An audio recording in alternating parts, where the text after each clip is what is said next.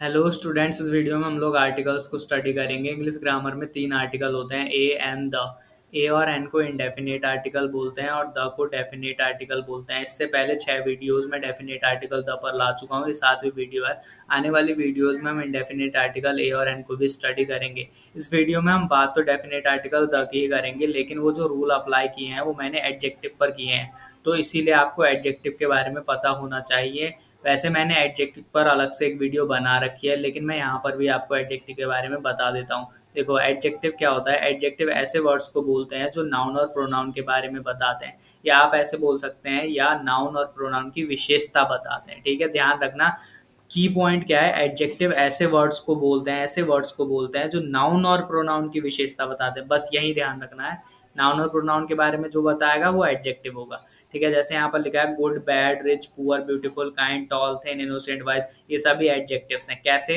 देखो, he is a good boy, तो यहाँ पर जो गुड वर्ड है वो बॉय के बारे में बता रहा है। बॉय आपका नाउन है, नाउन में भी कॉमन नाउन है, तो जो गुड है वो बॉय के बारे में बता रहा है कि लड़का अच्छा है, इसीलिए जो गुड वर्ड है ये एक एडजेक्टिव है। यहाँ पर देखो, रवि इज वेरी वाइज, तो रवि बहुत ही बुद्धिमान है।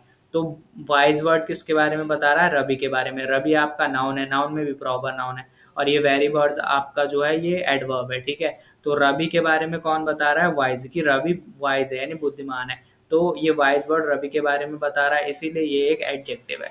अब हम जो मेन मोटिव था मेरी वीडियो का, मैं उस पर आता हूँ। फिलहाल आप यहाँ देखिए, एडजेक्टिव की प्लूरल फॉर्म नहीं होती है, ये बात ध्यान रखना। अब देखो, ऐसे एडजेक्टिव से पहले द का प्रयोग होता है। ध्यान से सुनो, ऐसे एडजेक्टिव से पहले द, आर्टिकल द का प्रयोग होता है या यूज होता है जो उस टाइप के सभी पर्सन्स और थिंग्स तथा पूरी कैटेगरी के लिए यूज हुआ हो। ठीक है, ऐसे एडजेक्टिव के बाद नाउन छुपा रहता है। और दूसरा नोट क्या है, जब एडजेक्टिव क्वालिटी बताए तो उससे पहले आर्टिकल द का यूज नहीं होगा। आर्टिकल द का यूज कब होगा, यहाँ मेंशन किया है, जब क्या करेगा वो कैटेगरी के बारे में बताएगा। ठीक है, देखो, ऐसे एडजेक्टिव से पहले द का प्रयोग होता है या यूज होता है जो उस टाइप के सभी पर्सन्स और थिंग्स तथा पूरी कैटेगरी के लिए यूज हुआ हो।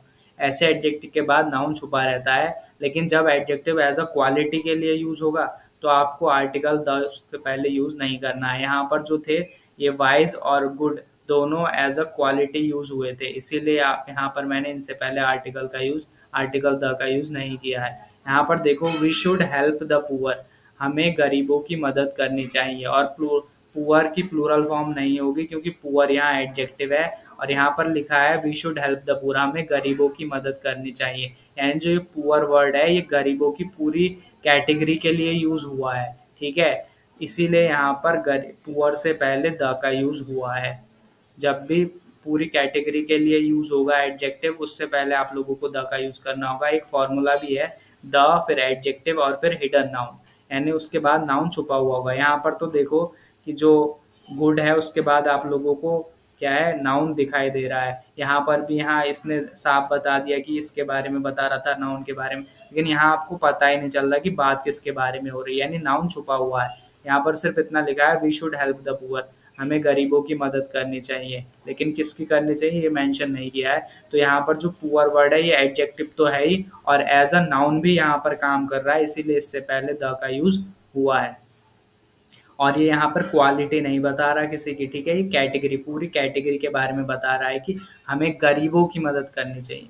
यहाँ देखो, the rich should be kind, जो अमीर हैं उन्हें दयालु होना चाहिए, ऐसा लिखा है। इसीलिए जो यहाँ पर रिच वर्ड है ये आपका एडजेक्टिव है। होने को तो काइंड भी एडजेक्टिव है, लेकिन काइंड यहाँ पर क्वालिटी बता रहा है रिच की, इसीलिए जब भी आपका adjective as a quality use होगा तो वो वहाँ पर उससे पहले आर्टिकल का यूज नहीं होगा। रिच जो है, देखो, the rich should be kind, तो अमीरों को जो है क्या होना चाहिए, दयालु होना चाहिए, अमीरों को दयालु होना चाहिए। इसीलिए जो काइंड है ये रिच के बारे में बता रहा है, इसकी क्वालिटी बता रहा है, इसीलिए इससे पहले आर्टिकल का यूज नहीं हुआ। होने को ये भी एडजेक्टिव है, और ये रिच वर्ड है ये एज अ नाउन भी यूज हो रहा है, इससे के बाद नाउन छुपा हुआ भी है। और ये आपका पूरी कैटेगरी के बारे में बता रहा है कि जो अमीर हैं उन्हें काइंड, उन्हें दयालु होना चाहिए, इसीलिए इससे पहले आर्टिकल द का यूज हुआ है। यहाँ पर देखो, the kind should be rich. ठीक है, मैंने इस तरीके से भी बनाया है इसे। देखो, काइंड, अब यहाँ पर काइंड से पहले द का यूज हुआ है, क्योंकि अभी यहाँ पर इस सेंटेंस का मतलब है कि जो दयालु हैं उन्हें रिच होना चाहिए। तो यहाँ रिच वर्ड इस काइंड के बारे में बता रहा है, इस काइंड की क्वालिटी बता रहा है। ठीक है, ये यहाँ एज अ नाउन भी यूज हो रहा है और एज एन एडजेक्टिव भी यूज हो रहा है, इसीलिए इससे पहले द का यूज हुआ है। ठीक है, यहाँ पर ये रिच इस काइंड की क्वालिटी बता रहा है कि जो भी दयालु हैं उन्हें रिच होना चाहिए। ठीक है, तो ये दयालुओं की एक कैटेगरी के बारे में बता रहा है। तो the kind should be rich.